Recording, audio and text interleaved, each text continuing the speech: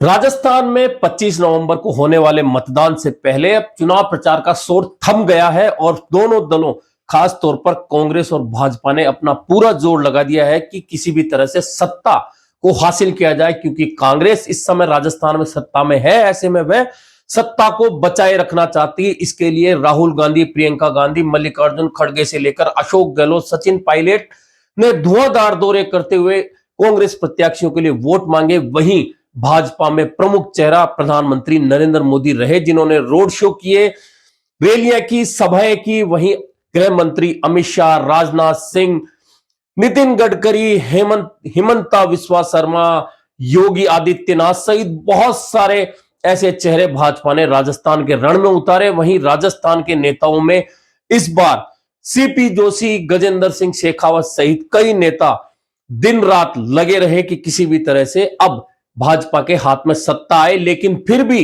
राजस्थान में भाजपा का चेहरा सिर्फ वसुंधरा राजे रही, जिनकी सभाओं में जबरदस्त भीड़ उमड़ी। यह तो प्रचार प्रसार का मामला रहा, लेकिन मुख्य मुद्दे क्या रहे, यह महत्वपूर्ण है। और महत्वपूर्ण है कि राजस्थान की जनता किन मुद्दों पर वोट करने वाली है। दरअसल कांग्रेस ने लगातार अपनी गारंटियों को लेकर जनता के बीच कहा कि हमने ये गारंटियां दी है, हमने ये किया है, हमने आपके साथ ये किया है, अब हम आएंगे तो हम इन चीजों को आगे बढ़ाएंगे, ये करेंगे। अपनी खास तौर पर गारंटियां, ओपीएस, चिरंजीवी योजना सहित कांग्रेस ने इन्हीं पर जोर रखा। लेकिन भाजपा ने बहुत प्रयास किया, बहुत बार कोशिश की कि इसे ध्रुवीकरण का रंग दिया जाए, लेकिन राजस्थान में पहली बार लग रहा है कि राजस्थान की जनता पर ध्रुवीकरण वाला जैसा कोई असर ज्यादा नहीं हुआ है। खास तौर पर जयपुर में तो एक बाबा को चुनाव मैदान में भाजपा ने उतारा और उन्होंने बहुत सारे भाषण ऐसे ही दिए। सिविल लाइन में भाजपा के प्रत्याशी ने भी इसी तरह के भाषण दिए, लेकिन अभी तक राजस्थान में भी नहीं और जयपुर में भी ध्रुवीकरण को लेकर कहीं ऐसा संकेत नहीं है कि ध्रुवीकरण को लेकर वोट होने वाला है या लोग मतदान करने वाले हैं। हालांकि अंतिम दिन तक उदयपुर के कन्हैया लाल का मामला उठता रहा, दंगों के आरोपियों का मामला उठता रहा, बम ब्लास्ट के आरोपियों की रिहाई का मामला उठता रहा। दूसरी ओर कांग्रेस की ओर से भी मुख्यमंत्री अशोक गहलोत ने अंतिम दिन प्रेस कॉन्फ्रेंस करके इन तमाम बातों का जवाब दिया और कहा कि कन्हैया लाल मर्डर के अंदर जो लोग थे वे भाजपा के कार्यकर्ता थे, भाजपा के नेता उन्हें थाने से छुड़ाते थे, उनका स्वागत करते थे, यह कहकर भाजपा के आरोपों का जवाब दिया। वहीं उन्होंने कहा कि यह षड्यंत्र रचते हैं, लेकिन राजस्थान की जनता इस षड्यंत्र में नहीं आने वाली। अशोक गहलोत ने यह भी कहा कि महादेव ऐप को लेकर छत्तीसगढ़ के मुख्यमंत्री की मतदान से 4 दिन पहले गिरफ्तारी की योजना थी, लेकिन वह योजना फेल हो गई। राजस्थान में ईडी के 50 से ज्यादा छापे हुए, लेकिन क्या किसी कांग्रेस नेता की गिरफ्तारी हुई? ऐसे में इनका भांडा फूट गया है, यह अशोक गहलोत ने कहा अंतिम दिन प्रेस कॉन्फ्रेंस करके, और कहा कि जनता को हमारी योजनाओं पर विश्वास है और उसी पर मतदान करेंगे। दूसरी ओर गृह मंत्री अमित शाह ने भी जयपुर में प्रेस कॉन्फ्रेंस की और हमला बोला। उन्होंने कहा, खास तौर पर उस बात पर गृह मंत्री अमित शाह बोले जिस बात को लेकर राहुल गांधी और कांग्रेस के नेता लगातार बात कर रहे हैं, जातिगत जनगणना की। जातिगत जनगणना का मतलब है कि आरक्षण भी उसी हिसाब से दिया जाए। तो गृह मंत्री अमित शाह ने बहुत स्पष्ट रूप से कहा है कि हम किसी भी धर्म के आधार पर आरक्षण के खिलाफ है, कोई भी सरकार ऐसा करेगी तो भाजपा उसका विरोध करेगी। ऐसा कहकर कुल मिलाकर इनडायरेक्ट वे में अमित शाह ने जातिगत जनगणना कराकर जातिगत आधार पर लोगों को आरक्षण का अधिकार देने की जो कांग्रेस की बात है उसका विरोध कर दिया है।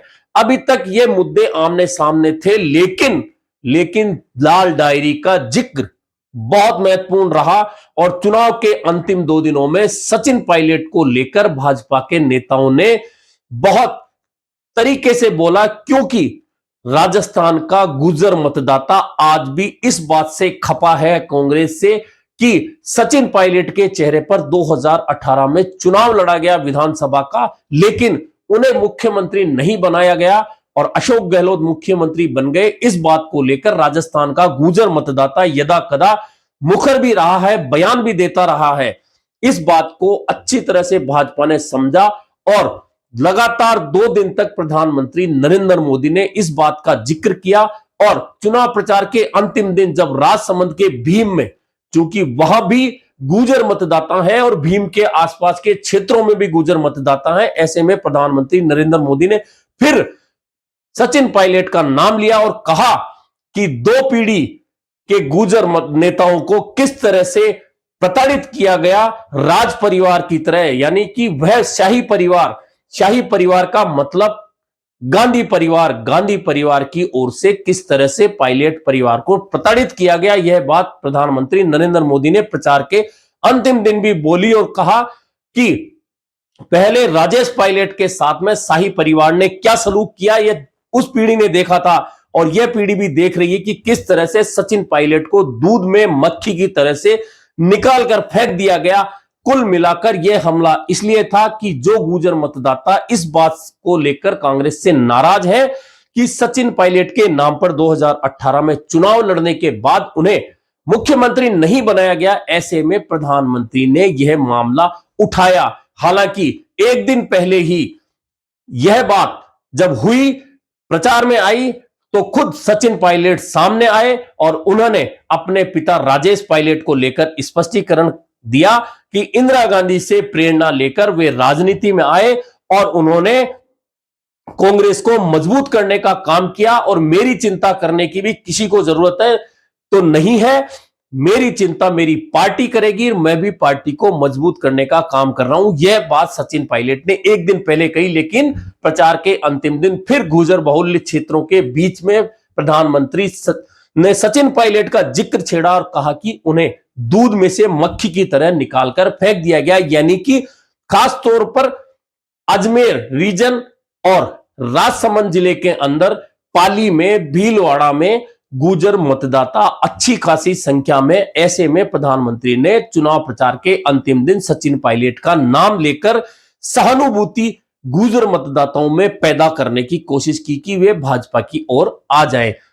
वैसे तो पूर्वी राजस्थान में भी चुनाव के अंतिम दिनों में कई विधानसभा क्षेत्रों में यह बात सुनने को मिली है कि सचिन पायलट से बैर नहीं, लेकिन कांग्रेस के नेताओं की खैर नहीं। इसका मतलब बहुत स्पष्ट रूप से समझा जा सकता है चुनाव प्रचार में कि गुर्जर मतदाता या सचिन पायलट समर्थक पूर्वी राजस्थान में क्या कहना चाहते हैं और क्या करना चाहते हैं।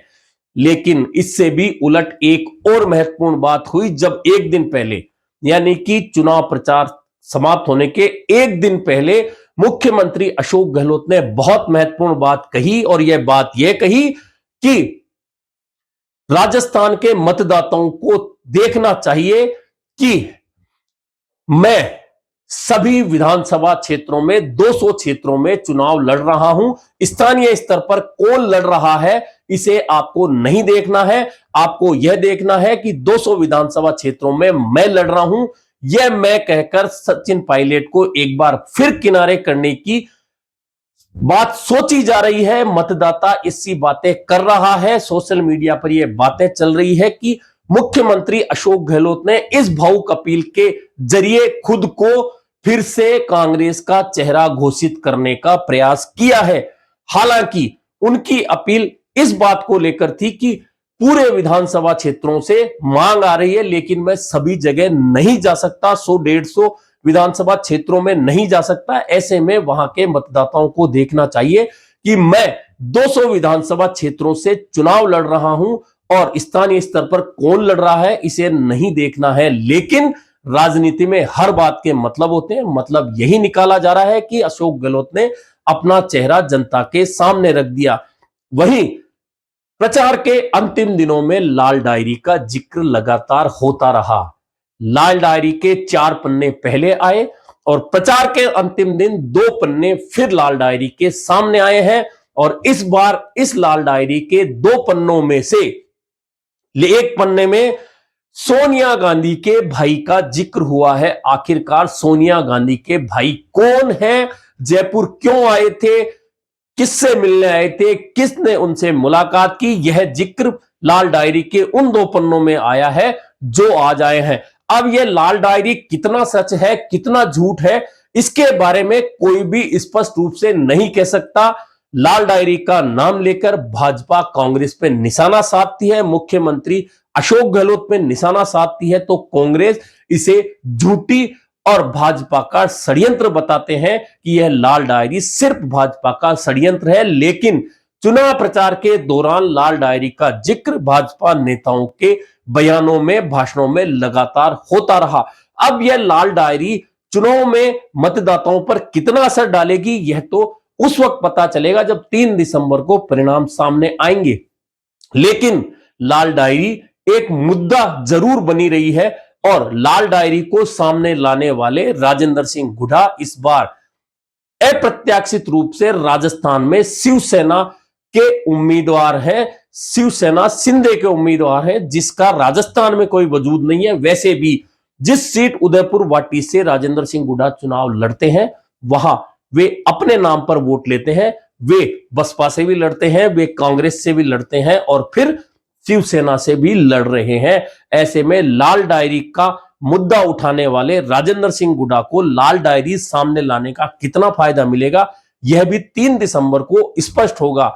लेकिन कुल मिलाकर राजस्थान के चुनाव प्रचार में बाकी सब तो ठीक रहा, लेकिन नेताओं का भाषाई स्तर लगातार गिरता रहा।